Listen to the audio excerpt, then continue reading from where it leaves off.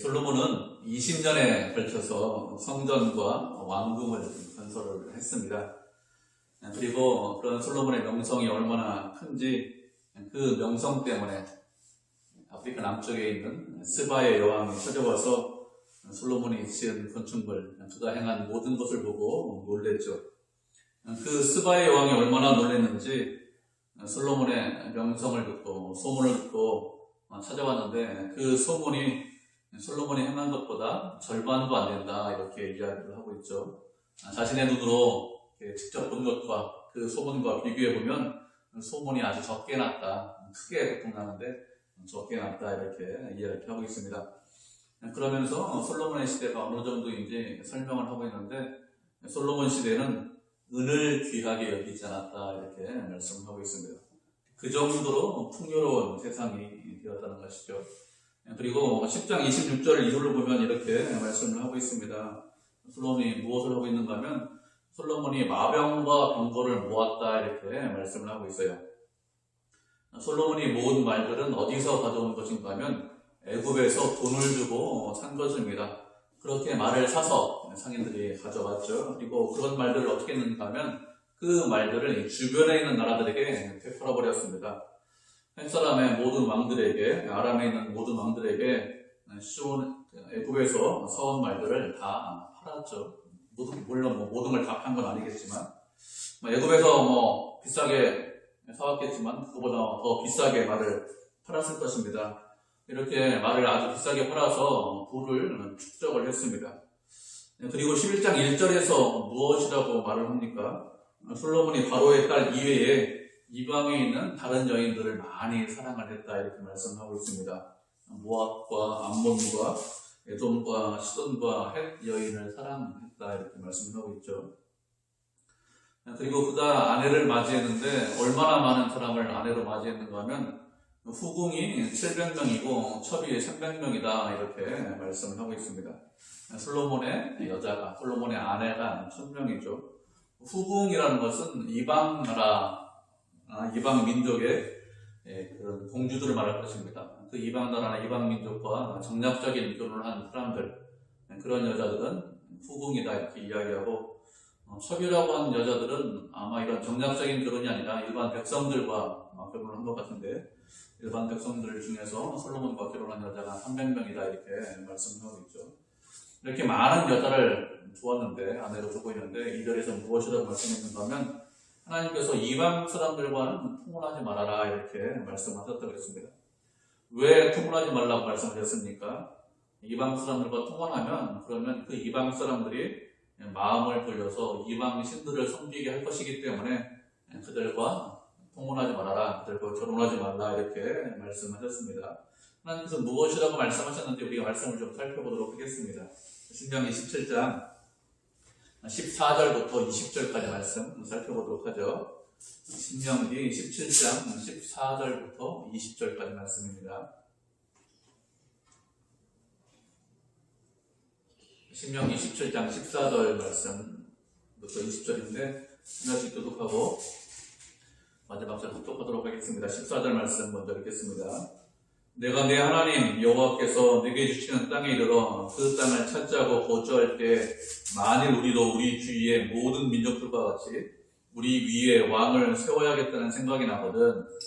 당신이 하나님 여호와께서 택하신 자를 내 위에 왕으로 세울 것이며 내 위에 왕을 세우려면 내 형제 중에서 한 사람을 할 것이고 내 형제 아닌 타국인을 내 위에 세우지 말 것이며 그런 병거를 많이 두지 말 것이요 병거를 많이 얻으려고 그 백성을 애굽으로 돌아가게 하지 말 것이니 이는 여호와께서 너희에게 이르시기를 너희가 이 후에는 그 길로 다시 돌아가지 말 것이라 하였음이며 내 아내를 많이 두어 내 마음이 유혹을 하지 말 것이며 자기를 위하여 은금을 많이 쌓지 말 것이라. 그가 왕이 오르거든 이 율법서의 등사본을 레위 사람 제사장 앞에서 책에 기록하여 평생의 사지 옆에 두고 읽어 내 하나님 여호와 권하기를 배우며 이 율법의 모든 말과 이 뜻을 지켜야 할 것이라. 20절 읽겠습니다. 그리하면 그의 마음이 그의 형제 위에 교만하지 아니하고 이 명령에서 떠나 가로나 오나 치우치지 아니하리니 이스라엘 중에서 그와 그의 자손이 왕위에 있는 날이 강구하리라. 아멘. 하나님께서 이 모세를 통해서 백성들에게 하신 말씀이죠. 이스라엘 백성들이 가나안 땅에 들어가서 이제 정복하고 그 땅에서 거주할 때 그 백성 중에서 우리도 우리 주변에 있는 나라들과 같이 우리 주변에 있는 민족들과 같이 왕을 좀 세워야겠습니다. 이런 생각이 나면 어떻게 하라겠습니까? 왕을 세우지 말아라 이렇게 말씀하시지 않았어요. 왕을 세워라 이렇게 말씀을 하셨습니다. 그런데 누구를 왕으로 세우라고 말씀하셨는가 하면 아무나 왕으로 세우는 것이 아니라 하나님께서 택하신 자를 왕으로 세우라고 하셨습니다. 왕을 세울 때는 인간들이 원하는 아니면 자기가 왕이 되고 싶다 이런 사람을 왕으로 세우는 것이 아니라 하나님께서 택하신 그 사람을 왕으로 세우라고 했습니다. 그런데 그 왕은 어떤 사람을 세워야 되느냐? 형제 중에서 세우라고 했습니다. 다시 말하면 이방 사람, 외국인은 왕으로 세워서는 안 된다는 것이죠. 이스라엘 백성 중에서 한 사람을 택해서 그 사람을 왕으로 세우라고 했습니다. 그가 아무리 뛰어납니다, 훌륭합니다, 세상에서 칭찬을 받습니다. 그래도 그가 이스라엘 백성이 아니라면 왕으로 세우지 말라는 것이죠. 그가 좀 부족할지라도 동족인 이스라엘 백성을 왕으로 세우라고 했습니다. 그렇게 백성 중에서 하나님께서 선택한 사람이 왕이 되면 왕이 하지 말아야 할 일이 있습니다. 무엇을 하지 말라고 했는가 하면 병마를 많이 두지 말라 이렇게 말씀하고 있죠. 그리고 병마를 얻기 위해서 애굽에 돌아가지 말라고 했습니다. 왜 그런가 하면 애굽에 돌아가는 것을 하나님께서 막으셨기 때문에 그래서 병마를 얻기 위해서 애굽에 가지 말라 이렇게 말씀하셨습니다. 또 하지 말라고 한 것이 무엇이냐? 두 번째는 아내를 많이 두지 말라고 했습니다. 아내를 두지 말라고 하신 이유가 무엇인가 하면 그것은 아내로 인해서 이 왕이 미혹당할 것이기 때문에 아내를 많이 두지 말라 이렇게 말씀하셨습니다. 미혹을 받는다는 것은 시험에 빠진다, 유혹에 빠진다 이런 뜻입니다. 왕이기 때문에 주변에 많은 사람이 있을 수는 없습니다. 왕의 중요한 신하들, 중요한 직책을 함께하는 사람들, 중요한 의논과 논의를 하는 사람들이 주변에 있고 또 왕 주변에 누가 있을 수 있냐면 왕의 여자들이 주변에 있을 수 있습니다.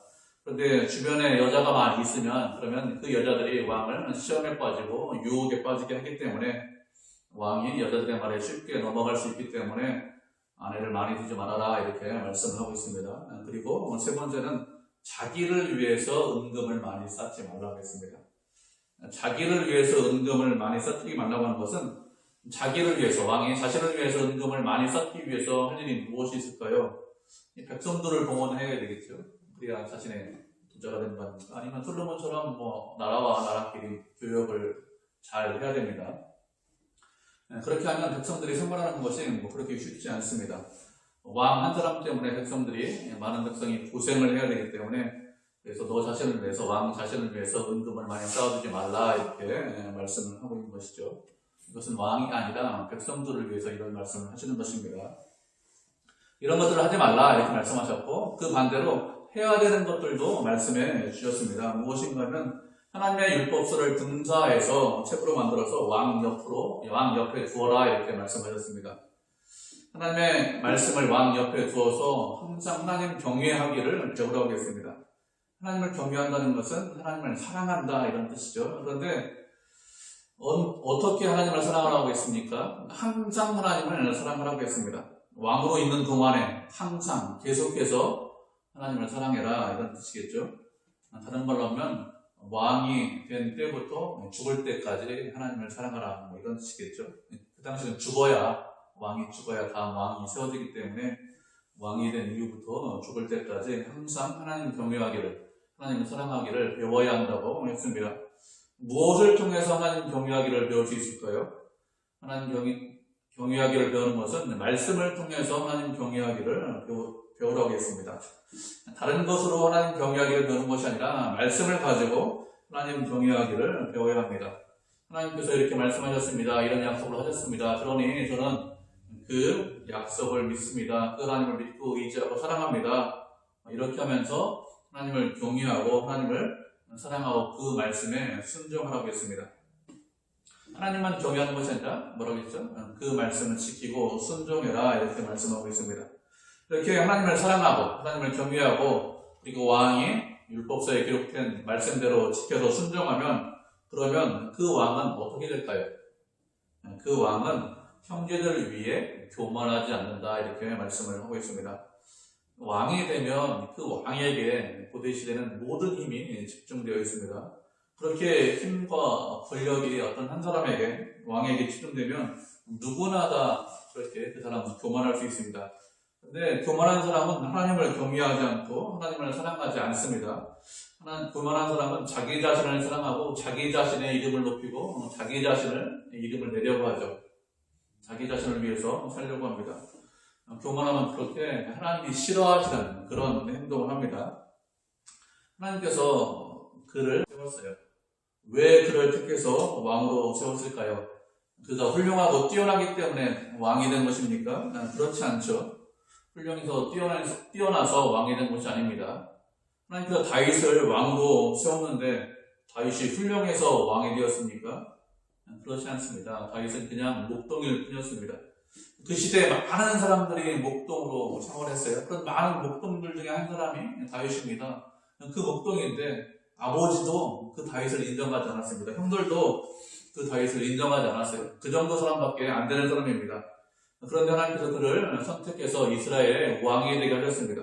그렇기 때문에 왕이 되었다고 형제들을 위해서 교만하거나 내가 백성들보다 형제들보다 훨씬 더 뛰어나고 훌륭하다 이렇게 생각한다면 그것은 어리석은 것이요. 그런 마음을 갖는다면 그것은 하나님의 은혜를 잊는 것입니다.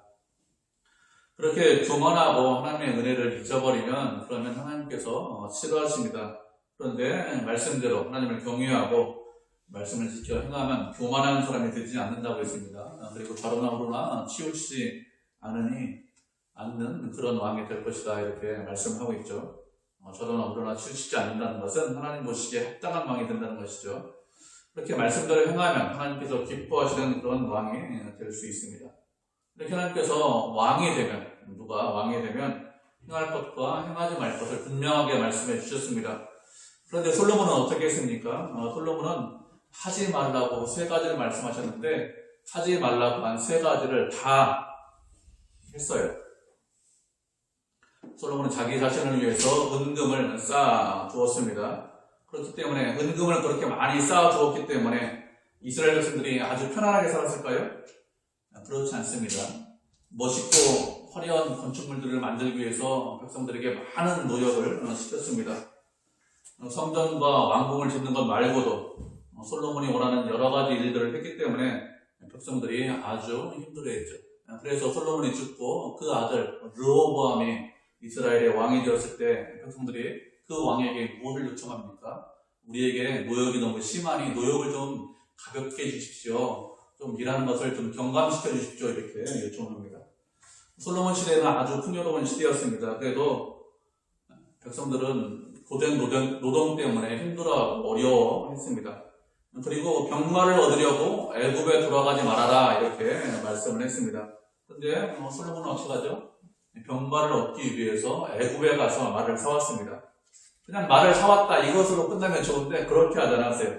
그 말을 주변에 있는 나라들에게 팔았습니다. 솔로몬 이전에는 주변에 있는 나라들, 그 나라들이 말이 없었습니다. 애굽에서 말을 팔지 않아요. 솔로몬이나 되니까 말을 판 것입니다. 이렇게 솔로몬이 말을 사가지고 와가지고 어떻게 하죠? 주변에 있는 나라들이 말을 다 사갔습니다. 전쟁을 할 때 그전에는 솔로몬 이전에는 말을 타고 전쟁하는 경우가 거의 없었습니다. 말을 애굽에서 팔지 않았기 때문에 그렇게 된 거죠. 그런데 나중에는 말을 타고 전쟁을 하게 되었습니다. 다윗과 솔로몬이 통치할 시대는 이스라엘의 나라가 부강했어요. 그래서 말을 팔아도 큰 문제가 되지 않겠지 이렇게 생각했습니다. 근데 솔로몬이 죽고 난 이후에 나라가 둘로 분열되고 나라의 힘이 약해지자 주변에 말을 탄 그것이 문제가 되었어요. 이스라엘이 힘이 약해지자 주변 나라들이 그 사간 말을 가지고서 큰 말들을 다시 만들어내고 그리고 그 말들이 다시 이스라엘을 위협할 수 있는 그런 무기가 되었습니다. 그리고 세 번째는 아내를 많이 주지 말아라 이렇게 말씀을 했는데 이것도 어겼습니다. 솔로몬은 아내를 많이 두었습니다. 그렇게 아내를 많이 둔 것으로 끝나지 않았습니다. 아내를 많이 둔 이유가 무엇이냐? 전쟁을 하지 않으려고 아내를 많이 두었습니다. 정략 결혼을 한 것이죠. 그 당시 문화는 전쟁을 하지 않으려면 정략 결혼을 해야 됩니다. 혼인 관계를 통해서 인척 관계를 맺으면 그러면 나는 저 나라와 인척 관계이기 때문에 내 딸이나 내 아들이 그쪽에 가 있기 때문에 전쟁하지 않는다 이런 생각을 했습니다. 솔로몬은 이런 당시의 관습 때문에 정략 결혼했죠. 그런데 그냥 정략 결혼한 것으로 끝나지 않고 1절을 보면 무엇이라고 말씀하고 있습니까? 그 여인들을 사랑했다 이렇게 말씀하고 있습니다. 사랑했다는 것은 다른 말로 하면 그 여인들에게 강한 애착을 가지고 있다. 그 여인들을 집착했다 이런 뜻입니다. 이렇게 솔로몬은 이방 여인들을 사랑했습니다. 집착했습니다. 그런데 솔로몬이 왕에 오른 이후에 기브온 산당에서 1000번제를 드리고 난 이후에 하나님께서 그에게 나타나셨죠. 그때 1000번제를 드릴 때 하나님께 1000번 제사를 드린 이유가 무엇 때문에 제사를 드렸습니까? 여러 번 말씀드렸는데 열왕기상 3장 말씀을 살펴보면 다른 이유가 있어서 제사를 드리고 예배를 드린 것이 아니라 하나님을 사랑해서 예배를 드렸다, 제사를 드렸다 이렇게 말씀을 하고 있죠. 하나님께서 그렇게 당신을 사랑하는 솔로몬을 사랑하셔서 그에게 원하는 지혜를 주셨습니다. 그리고 원하지 않은 부귀와 영화를 주셨어요. 그렇게 솔로몬이 하나님을 사랑했는데 이제 나이가 많은 솔로몬이 누구를 사랑하고 있습니까? 누구에게 집착하고 있습니까? 하나님을 사랑하는 것이 아니라 이방 여자를 사랑하고 있고 이방 여자에게 집착하고 있습니다. 하나님께서 아내를 많이 주지 말라고 이방 여자와 통혼하지 말라고 말씀하셨습니까? 그런데 솔로몬은 이 말씀을 어겼습니다. 그러자 어떻게 되었을까요? 그의 마음이 하나님을 떠나게 되었습니다. 솔로몬처럼 지혜로운 사람이 없죠. 그의 지혜, 그의 업적으로 주변 나라나 주변 사람들로부터 그렇게 인정받은 사람이 없습니다. 그리고 분명히 그는 젊을 때, 어릴 때 하나님을 사랑을 했습니다. 그렇지만 말씀을 어기자 어떻게 되었습니까? 이방 여인을 사랑하는 그런 마음으로 하나님을 멀리하는 그런 사람이 되었습니다. 우리도 얼마든지 이렇게 될 수 있습니다. 우리는 보통 이렇게 생각합니다. 이 정도는 별 문제 없는 것 아닙니까? 이 정도 말씀을 어기는 게 크게 문제라고 생각하지 않습니다. 이 정도 말씀 어긴다고 제가 하나님을 사랑하지 않는 것도 아니고 그렇다고 구원의 확신이 없는 것도 아닙니다. 저는 예수님을 나의 구주, 나의 하나님으로 믿습니다. 그렇기 때문에 별 문제가 없는 것 아닙니까? 이렇게 말하는 경우가 종종 있는데 이런 것 자체가 잘못된 생각을 하시는 것입니다. 말씀을 이렇게 조금씩 어기면 어떻게 될까요? 그러면 그 마음이 솔로몬처럼 하나님을 떠나게 되어 있습니다. 솔로몬도 처음부터 그 마음이 하나님을 떠난 것은 아니겠죠. 처음에는 어린 적에는 분명히 하나님을 사랑했습니다. 그런데 시간이 지나면서 그 마음이 변해서 하나님을 사랑하는 것이 아니라 이방 여자를 사랑하고 이방 여자에게 집착을 하게 되어 있습니다. 이 정도는 별 문제가 없겠지. 이방 여자와 혼인하고 그리고 많은 아내를 두는 것, 그것은 주변 나라들하고 평화 때문에, 평화협정 때문에 이렇게 하는 거야. 그 여자를 사랑하는 것도 아니고 그 여자들을 어쩔 수 없이 데려왔겠지. 이렇게 처음에 시작을 했습니다. 그런데 시간이 지나면서 어떻게 되었습니까? 이방 여자를 점점 사랑하게 되고 그 여자들에게 점점 집착하게 된 것이죠. 우리의 마음은 부패했습니다. 그렇기 때문에 우리 마음 가운데 죄와 악을 용인하면 그 부패가 급속도로 마음이 진행이 됩니다. 그렇게 급하게 빠르게 우리의 마음이 부패하는데 그런데 잘 알지 못해요. 그러면서 어떻게 합니까? 이 정도는 괜찮겠지. 사람들이 다 그렇게 사는데 나도 그렇게 사는 게 뭘 문제야. 크게 문제 안 되는 거 아닙니까? 하면서 이런 말을 하는데 잘못된 생각이죠. 작은 것을 용납하면 그러면 큰 것으로 아주 급하게 번지게 되어 있습니다. 그렇다고 우리가 죄를 안 짓느냐? 그런 것도 아니에요. 여전히 죄를 짓습니다. 그렇지만 이것이 죄라는 것을 알고 깨닫게 되면 어떻게 됩니까? 빨리 돌이켜야 됩니다. 이 정도는 별거 아니겠지. 이 정도는 괜찮겠지. 이 정도는 하나님께서 봐주시겠지. 이렇게 생각하지 않으셔야 됩니다. 그 죄가 큰 죄이든지 아니면 작은 죄이든지 어떤 죄이든지 모든 죄는 하나님 앞에서 심각합니다. 그렇기 때문에 어떤 죄든지 깨닫게 되면 빨리 돌이키고 빨리 회개하셔야 됩니다. 그렇게 빨리 돌이키고 빨리 회개해도 어떻게 되죠? 잘못된 길로 갈 수 있어요. 왜죠? 왜 그런가 하면 우리 마음이 부패해서 죄라는 것 자체를 인식하지 못하는 경우도 훨씬 더 많이 있기 때문에 그렇습니다. 그런데 죄인 줄 알고 있어요. 그럼에도 불구하고 이거 별거 아니다 이렇게 생각한다면 그것은 어리석은 것이고 그것은 악한 것입니다. 솔로몬은 지혜로운 사람입니다. 솔로몬은 지혜라고 하죠. 그만큼 지혜로운 사람이 세상에 없었습니다. 그렇게 지혜로운 사람이 무엇 때문에 무너졌습니까? 죄 때문에 무너졌습니다. 그렇기 때문에 우리도 늘 조심하고 늘 주의해야 합니다. 죄는 하나님과 멀어지게 하고 죄는 늘 세상을 사랑하게 하고 죄는 늘 우리를 넘어뜨리려고 합니다. 그렇기 때문에 조심하고 주의해야 됩니다. 그래야 악한 길로 가지 않을 수 있습니다. 그렇게 조심하고 주의해야 우리가 평생 동안 우리가 살아있는 동안 끝까지 하나님을 사랑하고 하나님을 경외할 수 있습니다. 이렇게 솔로몬이 후궁이 700명이고 첩이 300명인데 그 여인들이 솔로몬의 마음을 돌아서게 했습니다. 그래서 사절을 보면 솔로몬이 나이가 많이 들었을 때 그 마음이 돌아서서 무엇을 하게 했습니까? 그 여인들이 그의 마음을 돌려서 다른 신들, 이방신들을 섬기게 따르게 했다고 했습니다. 하나님께서 이방인들과 통혼하지 말라 이렇게 말씀하셨습니다. 그런가 하면 이방인들과 통혼하면, 결혼하면 그러면 그 사람들이 마음을 돌려서 이방신을 섬기게 할 것이니 이방인들과 통혼하지 말라 이렇게 말씀하셨죠. 어떻게 됐습니까? 많은 아내를, 이방 아내를 둔 솔로몬 말씀 그대로 되었습니다. 2절부터 4절까지 한 말씀 한번 살펴보시기 바랍니다. 그 말씀 중에서 계속해서 나오는 표현이 있어요. 그 표현이 무엇인가 하면 마음을 돌려라는 표현이 계속해서 나오고 있습니다. 솔로몬은 번영과 안정, 평화를 위해서 이방 여인들과 결혼했는데 그것으로 인해서 어떻게 되었는가 하면 그것으로 인해서 마음이 돌아서서 마음이 돌려져서 다른 신들을 섬기게 되었습니다. 어떤 신들을 섬기게 되었습니까? 시돈의 신인 아스다롯, 암몬의 신인 밀봄, 모압의 신인 드모스 이런 신들을 따르게 되었습니다. 이렇게 마음에 돌아선 그런 솔로몬에게 무엇이라고 말씀을 하고 있죠?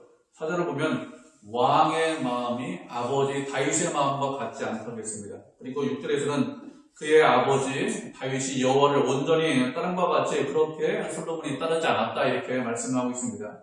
이런 게 말씀에서 왕들을 비교하고 평가할 때 누구와 비교하고 평가하는가 하면 다윗과 비교하고 평가합니다. 다윗의 마음을 가졌는지 다윗의 마음을 갖지 않았는지 다윗의 길로 행했는지 다윗의 길로 행하지 않았는지 이것에 대해서 비교하고 판단하죠. 다윗의 마음을 갖고 다윗의 길로 간 왕은 어떤 왕이죠? 그런 왕은 선한 왕입니다. 하나님 보시기에 합당한 왕이죠. 그런데 솔로몬은 그렇게 다윗의 길로 다윗의 마음으로 행하지 않았습니다. 그러면 다윗은 어떤 마음을 가졌을까요? 다윗은 언제나 하나님 앞에서 낮고 겸손한 마음을 가졌습니다. 그가 하나님 보시기에 악한 일을 하지 않았습니까? 그렇지 않죠. 우리아의 아내 밧세바를 취했습니다. 그것을 숨기기 위해서 우리아를 전쟁터에 보냈습니다. 위험한 장소로 보내서 죽게 했습니다. 우리 중에서 이런 죄를 지은 사람 있습니까? 그런 사람 거의 없습니다. 일반 사람들보다 훨씬 더 악한 죄를 졌습니다. 그런 악한 죄를 져서 하나님께서 다윗에 대해서 무엇이라고 말씀하셨습니까? 내 마음에 합한 자다. 아니 그렇게 했는데 마음에 합한 자일까요? 왜 이런 말씀을 하셨을까요? 이런 악한 죄를 짓고도 나단 선지자가 와서 무엇이라고 합니까? 당신이 죄를 졌습니다. 당신이 잘못했습니다. 죄에 대해서, 잘못에 대해서 지적하자. 어떻게 합니까? 자신의 죄를 인정하고 회개했습니다. 많은 선지자들이 왕 앞에 와서 왕의 잘못에 대해서 이야기합니다. 대부분의 왕들이 어떻게 반응했을까요? 다윗처럼 자신의 죄를 인정하고 회개했을까요? 그렇지 않죠. 많은 왕들이 오히려 자신의 잘못을 지적하는 선지자들을 죽였습니다. 감옥에 보냈습니다. 힘과 권력이 있기 때문에 그 힘과 권력으로 내가 원하는 일을 하고 내가 듣고 싶은 말만 듣고 싶은 거예요. 나에게 듣기 싫어하는 말 하는 사람, 그 사람들 미워하고 싫어합니다. 누구나 다 그런 거 아니에요? 내 마음에 듣기 싫어요. 그 소리 듣고 싶은 사람이 있습니까? 그렇게 이야기하면 싫죠. 이것이 인간의 본성 아닙니까? 그런데 다윗은 그렇게 하지 않았습니다. 내 마음에 듣기 싫어요. 내 잘못을 지적합니다. 그런데 왕 앞에서 내가 왕인데 그런데 그 잘못을 알고 깨닫고 돌이켰습니다. 솔로몬은 이런 다윗의 마음을 갖지 않았습니다. 하나님께서 우리에게 원하시는 것은 겸손한 마음을 갖기를 원하십니다. 낮은 마음을 갖기를 원하십니다. 그렇게 낮고 겸손한 마음을 갖는 것이 하나님의 뜻이죠. 우리가 말씀을 한 구절 살펴보도록 하겠습니다. 잠언 4장 23절 말씀 살펴보도록 하죠. 잠언 4장 23절입니다.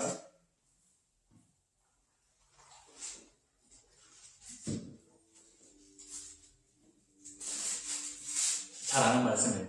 잠언 4장 23절 말씀. 찾으셨죠? 우리 한 목소리로 같이 읽겠습니다. 시작.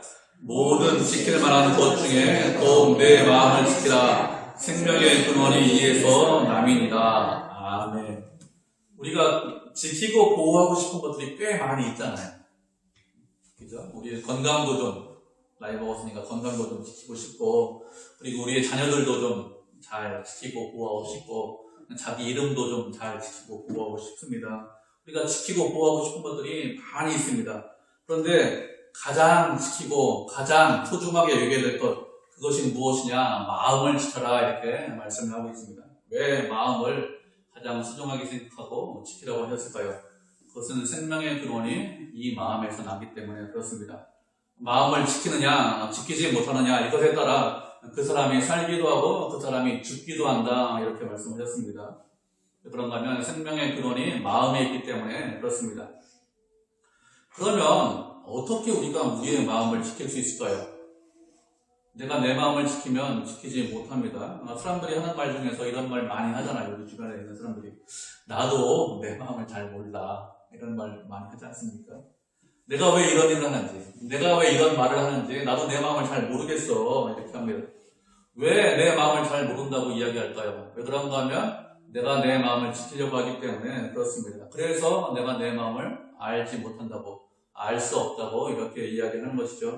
그렇기 때문에 내 스스로 내 마음을 지키려고 하면 내가 지킬 수 없습니다. 그러면 어떻게 하면 우리의 마음을 지킬 수 있을까요?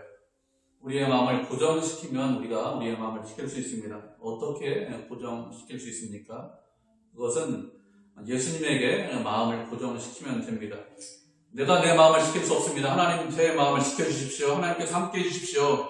그렇게 기도하면서 우리의 마음을 예수 그리스도에게 고정을 시켜야 됩니다. 그렇게 그리스도의 마음을 갖고 그리스도께서 말씀하신 것에 순종하면, 그러면 그 사람은 마음을 지킬 수 있습니다. 마음을 고정시키면, 예수님에게 고정시키면 마음이 변하지 않습니다. 얼마든지 순종할 수 있습니다. 그런데 내가 내 마음을 지키려고 하면 나도 내 마음을 잘 몰라, 이렇게 이야기를 하겠죠. 그렇기 때문에 생명의 근원인 우리의 마음을 지키기 위해서는 말씀에 순종하고 우리의 마음을 예수님에게 고정시켜야 합니다. 그래야 우리의 마음을 지킬 수 있습니다. 그렇지 않으면 다른 것으로는 마음을 지킵니다. 여러분, 재물이 많다고, 권력이 많다고, 솔로몬처럼 지혜가 많다고 마음 못 지키잖아요. 하나님의 말씀에 마음을 고정시키시고 예수 그리스도에게 마음을 고정시키면 그 사람만 마음을 고정시킬 수 있습니다. 마음을 지키는 것이 가장 중요합니다. 생명의 근원이 우리의 마음에 있기 때문에 그렇습니다. 이렇게 솔로몬의 마음이 하나님을 떠나서 우상을 숭배하고, 그리고 예루살렘 앞 산에 산당을 지었습니다. 예루살렘에 성전이 없을 때는 솔로몬도 산당에서 예배를 드렸습니다. 제사를 드렸습니다. 그렇지만 이제는 예루살렘에 성전이 있기 때문에 산당에서 예배를 드리는 것이 아니라 이제 산당을 없애야 되겠죠. 중앙성소에서 예배를 드려라, 이렇게 말씀하셨기 때문에 산당을 없애야 합니다. 그런데 솔로몬이 어떻게 하고 있습니까? 오히려 예루살렘에 산당을 지었습니다. 이방신들을 섬기는 산당을 지었는데 이방 여자들, 이방 왕비들 때문에 할 수 없이 산당을 지었겠죠. 그렇게 산당을 짓고 그것으로 끝난 것이 아니라 솔로몬도 그곳에서 우상을 숭배했습니다. 이렇게 되자 어떻게 되었습니까? 하나님께서 진노하셨습니다. 하나님께서 두 번이나 그에게 나타나셔서 이방인의 길로 가지 말아라, 이방신들을 섬기지 말아라, 다윗의 마음을 가져라, 이렇게 말씀하셨는데 그 말씀을 아주 정면으로 어겼습니다. 하나님께서 가장 싫어하시는 죄가 무엇일까요? 하나님께서 가장 싫어하시는 죄는 우상을 숭배하는 죄입니다. 우상을 만들어 놓고 그 우상이 마치 하나님인 것처럼, 그 우상이 나에게 무엇을 줄 수 있고 그 우상이 능력 있는 것처럼 그런 섬기는 죄가 하나님께서 가장 싫어하시고 가장 미워하시는 죄입니다. 그렇게 하나님께서 가장 싫어하시고 미워하시는 그런 죄를 짓자 그러자 어떻게 되었습니까? 11절을 보면 이 나라를 반드시 너한테서 빼앗아서 내 신하에게 주겠다 이렇게 말씀하셨습니다. 그렇지만 솔로몬 시대에는 이렇게 하지 않으신다 이렇게 말씀하셨어요. 왜 그러냐? 아버지 다윗 때문에 내가 내 때에는 내가 왕으로 있는 동안에는 이렇게 하지 않겠다. 아버지 다윗이 사랑해서 하나님을 사랑했기 때문에 이렇게 하지 않겠다 이렇게 말씀하셨습니다. 그것으로 인해서 하나님께서 솔로몬 시대에는 그렇게 나라를 주지 않고 솔로몬의 아들이 왕이 되면 그러면 나라를 빼앗아서 그 신하에게 내 신하에게 주겠다고 하셨습니다.